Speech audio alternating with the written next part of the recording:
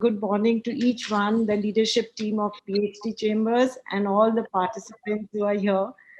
I hope I do justice. So it's really heartening to hear and see that we are sharing our conversation on this very special day of Women's International Day. It's almost been 2 decades ago when I embarked on the journey to realize my dreams. I sorely miss the presence of women entrepreneurs and mentors who could encourage me to follow my dreams. It was not that I didn't have a business plan or that I needed economic support. What I needed was a pair of reassuring eyes which could tell me with confidence, do it for yourself, it's worth the risk.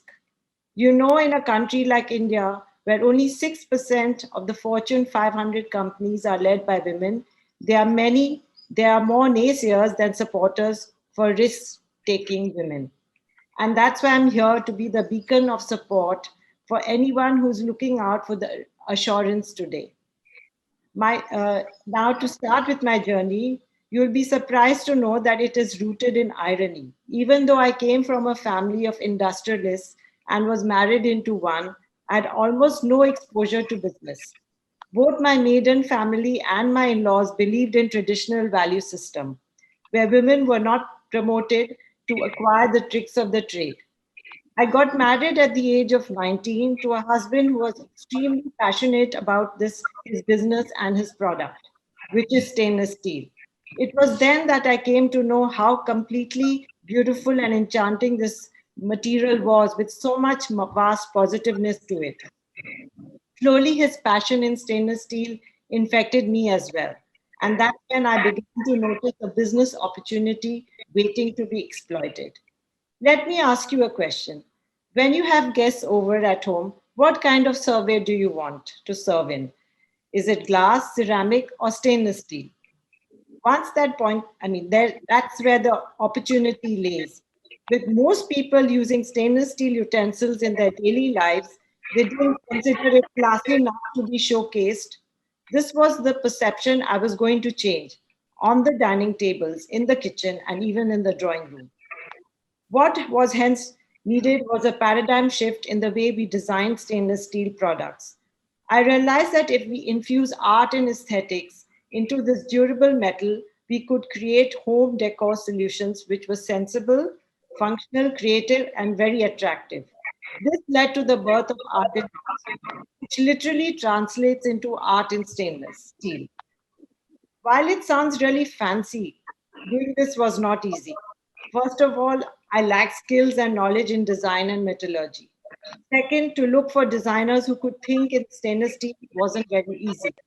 And lastly, brand retail, which was a completely new ball game for me and even my family.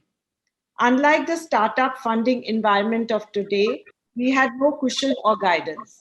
I only had to learn through trial and error. The initial years were toughest. It took me some time to understand the nuances of business and marketing, even the hidden agendas of people. Our business was very young when the 2008 global crisis triggered slowdown in the Indian market. Our sales hit rock bottom and we were faced with real survival issues. Back then, it was only one thing that kept me afloat: my determination in our purpose. God Mhm. was also kind, and I bounced back in the subsequent years to take up the bigger challenges. The next leap that our business took was in the form of introducing bespoke modular kitchens customized to individual requirements. This boosted our business and our brand in a big way. Further, we started expanding to tier 1 and tier 2 cities across this meant that we had to cater to a wide range of tastes, right from the traditional to the futuristic and everything else in between. Over the years, we've collaborated with several artists to bring more exposure and visibility to the metal. You may not know the stainless steel sprouts that you see on the Ames flyover crossing in Delhi has been designed and installed with an intervention. In order to promote India's rich cultural heritage, we tied up with local artisans. Today, our business supports the livelihoods of hundreds of people directly and indirectly. If it wasn't for the commitment of my team, the support of my family and friends, and my own conviction in my dream, I wouldn't be here today. There are many players in the market who copy our concept and design. I want to thank them for this unintended flattery on a serious note. It also helps me innovate and improve continuously. And it proves that two fundamentals of our business, that is originality and quality, never go out of fashion. So, friends, this has been a long and short of my professional journey. I have to admit that I'm a much better person and a professional today because I took this chance with myself. I've learned patience, I've learned how to form teams, relationships, and even come to terms with bitter realities of life. Looking back at it, I realized that the journey has taught me three important life lessons which I'd like to share with you. First, be yourself. Sometimes knowingly, sometimes unknowingly, we imitate others and we end up becoming second rate versions of other people rather than being first rate versions of ourselves. If we identify our strengths, acknowledge our limitations, and work on them, we don't have to worry about getting approval of others. It is always one person with courage who makes the majority. Once you believe in yourself, you will see the world starts believing in you. Second, don't copy the men. It's sadly true that our society incentivizes typical masculine behavior. This includes competitive aggression and ruthless chasing targets. While this may be important to grow business, this is not the only way.